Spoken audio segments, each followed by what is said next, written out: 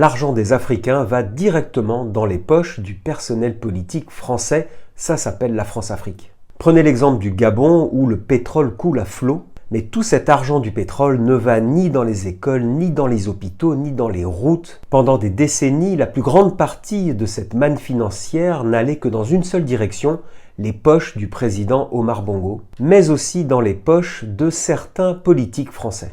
Tout cela a commencé dès l'indépendance du Gabon dans les années 60 et notamment avec cette entreprise qui s'appelle Elf, qui est une grande entreprise pétrolière française. Avec un système bien huilé, des centaines de millions d'euros sortent discrètement du Gabon et arrivent dans des comptes qui sont ouverts dans des banques suisses ou luxembourgeoises via des sociétés écrans.